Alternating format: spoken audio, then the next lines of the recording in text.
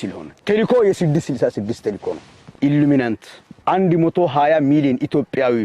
ቢያልቅና አብይ ከስልጣን ቢለቅ ቢባል ይለቅ ነው የሚልል እስኪ በደርግ ጦርነት እስኪ የኢትዮጵያ ትላልቅ ከተሞች ላይ ጦርነት ተካሄደ እንዴ ደርግ እኮ አውሮፕላንም ታንክም ቁጭ አርጎ የሄደው በአዲስ አበባና ዙሪያ ጦርነት እንዳይከሰት ነው አብይ እኮ ደብረ ብርሃን ጦርነት ደርሶ አሁንም የሚዋጋ ሰው ነው በምን ሞራል ነው ብልጽግና ምረጡን ብሎ መድረክ ላይ እየወጣ ያለው ብልጽግና የቱ ጋር ነው እያለማ ያለው ለኢትዮጵያ ህዝብ የሚያቀርቡት ፕሮግራም የትኛው ነው ብልጽግና ኢትዮጵያን ዩጎዝላቪያ የምትባል አገር ታሪክ ሰምታችሁ እንደሆነ አሁን ከአገርነት ጠፍታለች እንዴት ነው የጠፋች ክልል ከክልል ጎሳ ከጎሳ ያጋጭ እንደዚህ አይነት ሲስተም ነበር የተጠቀመው የዛ አገር ፕሬዝዳንት የነበረው ዶክተር አብይ የተከተለው ስታይል ይሄንን አማራና ትግራይ ያጋጨ ትግራይና ጎረቤት አገር ኤርትራ ያጋጨ የጅቡቲ ድሮኖች አፋምቦ የሚባል አገር ላይ የአፋር ህዝብ የአፋር አርብቶ አደር የጨፈጨፈ ነው ከሶማሊያ ክልል አምጥቶ በአፋር ድንበር በአፋር በገዳማይቱ ከሰማራ 40 እና 30 ኪሎ ሜትር ላይ 1000 የሶማሌ ክልል ቤቶች እየሰራ ነው 1000 የሶማሌ ቤቶች ተሰርቷል እዛ ጋር ያለቀው የማህበረሰብ ቁጥር እኛ እናቃለን ባቡር ሐዲዱ ላይ የሶማሌ ክልል አንዱ ከተማ መስርቷል ይሄ ወደ አዋሽ የሚገባ ባቡር ሐዲዱ ላይ ከእንደፈዑ 20 ኪሎ ሜትር ላይ ሶማሌና አፋር እንዲጋጩ ካሁን በፊት እንዲጋጩ ያደረገው እሱ ነበር ብልጽግና ነው እንዲጋጩ ያደረገው ከሶማሌ ክልል ብር ይቀበላል ከአፋር ክልል ብር ይቀበላል ያጋጫል ይሄ ብልጽግና የመጀመሪያ ጨዋታ ነው ቁማር ነው ይሄ አንድ አገር የራሷ ሉዓላዊ ድንበር አላት አፋምቦ ማለት አይሰዒታ ማለት ነው አይሰዒታ የአፋር ሱልጣኔት መናኸሪያ አይሰዒታ ከአይሰዒታ 7 ኪሎ ሜትር ላይ የጅቡቲ ድሮን እየገባ እየጨፈጨፈ ነው የአፋር ህዝብ በዚህ ሰዓት አሁንም ድሮም ተደጋጋሚ ካሁን በፊት በታንክ ነበር መጥቶ የደበደበው ብርሃኑ ጁላ የስተት መረጃ ያለ ጊዜ የማንም የኢትዮጵያ ህዝብ ያቃል ነገረናል ተናገረናል ይህ የተቃወሙ ነው የነጻነት ተጋዮች ደግሞ አሸባሪ እንባላለን የአማራ ፋኖ አሸባሪ ነው ትናንት በጦርነቱ ኢትዮጵያን ካዳኑት የኢትዮጵያ ጠንካራ ወጣቶች መካከል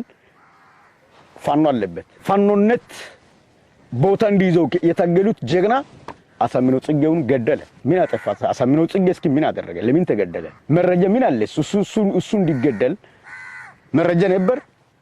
አለ የኢትዮጵያ ህዝብ አለው እስኪ ምሁራኖቹ እኔ በስተት ከሆነ ማወራው እስኪ የኢትዮጵያ ምሁራኖች ንገሩ አሁንም እኮ በመድረክ ላይ ወጥቶ ብልጽግና እንዲመረጥ ነው እየጠየቀ ያለው ይሄን ተቀበላችሁ ሌላም ልትቀበሉ ነው እኛ ኢትዮጵያውያን ነን 3000 6000 ዓመታት የመንግስትነት ታሪክ ያላት አገር ነን የሚሆንን መሪ የመምረጥ መብት አለን የመቃወም መብት አለን የኛ ተውት ኢትዮጵያዊነት ምናልባት ማንንም ኢትዮጵያ ህዝብ የሚያውቀው መረጃ ቅርበን ነበርኛ ማስረጃ አልሸባብ እየገባ አዲስ አበባ ጫፍ አቋርጦ እየመጣ ነው አፋር ክልል ሰው እየገደለ አሁንም ስቲል ነው እያረደ ነው በዚህ ሳምንት ሴቶችና ህፃናት ታርደዋል እንደፈዑላ ማንንም የአፋር ሰው ማንንም የአፋር ወጣት ልዩ ኃይልም ሆነ መሳሪያ ይዞ ስፓልት እንዳይወጣ ነው የተደረገው ስለዚህ እየመጣ እያረደልህ ነው ይሄ ህዝብ ለምን ሞተ ያለው ሁሉ አሸባሪ ነው በመጨረሻ ለኢትዮጵያ ህዝብ የሚያስተላልፈው መልእክት አለ ይህ ሁሉ እያወራን ያለነው ስህተት ከሆነ እኔ እንዳልኳችሁ እያንዳንዱ የተከሰተ የቪዲዮውን ተከታተሉ እና ወልዓርባ በተለያዩ ክልሎች በአማራ ክልል በአፋር ክልል በሶማሌ ክልል ያሉት የአብይ ጥንባንሳ የሚባሉት ስለነሱ አላወራም እኔ ጥንባንሳዎቹ የአብዩ ደላሎቹ ናቸው ጥንባንሳ ናቸው እነዚህ ለብልጽግና አንደኛ ጥፋት አውርተናል እንዴት እንደተቋቋመ አውርተናል ስለሪዮታ ዓለም አውርተናል ሪዮታ ዓለም የሚባል ስለሌለው ለኢትዮጵያ ህዝብ የማስተላልፈው መልእክት አለ በመጨረሻ ለኢትዮጵያ ህዝብ የማስተላልፈው መልእክት እኛ አንደኛ የለውጥ ወጣቶች ነበርን በለውጡ ተሳትፈናል መጨረሻ በዲሞክራሲ የፖለቲካ ፓርቲዎች በማቋቋም ፍትህ ጠይቀናል በሶስተኛ ደረጃ የጥጥቅ ትግል ጀምረናል ለማን ለኢትዮጵያ ህዝብ አሁን በትግራይ የተፈረቀሉ ሰዎች አሁንም በከንዳ ሲር ነው ያሉት 700,000 የአፋር ህዝብ ተፈናቀሉ አሁንም አልተመለሰም ወደ ቦታው በሚሊዮን የሚቆጠር የአማራ ህዝብ አሁንም እንደተፈናቀለ ነው አሁንም በበሽታ እየሞቱ ነው ዓለም አቀፍ ዜና እየዘገበ ነው ይህ ማህበረሰብ እንደዚህ እየተሰቃየ ያለ ምርጫ ቢላችሁ ሽሩጉድ ምን የሚሉትን ፈልጥ ነው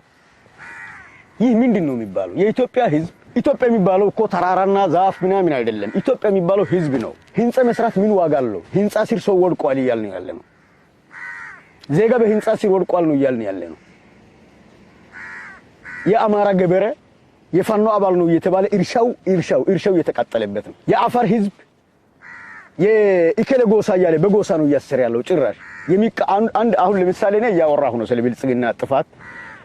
የኔ ጎሳ የእናቴ ዘመድ ተጠይቆ የእናቱ ጎሳ ይሄ ነው የአባቱ ጎሳ ይሄ ነው እየተባለ የኔ ዘመድ ነው የሚሰቃየው። አሁን የኔ ሚስት ነው የምትታሰረው፣ የኔ ወንድም ነው የሚታሰረው።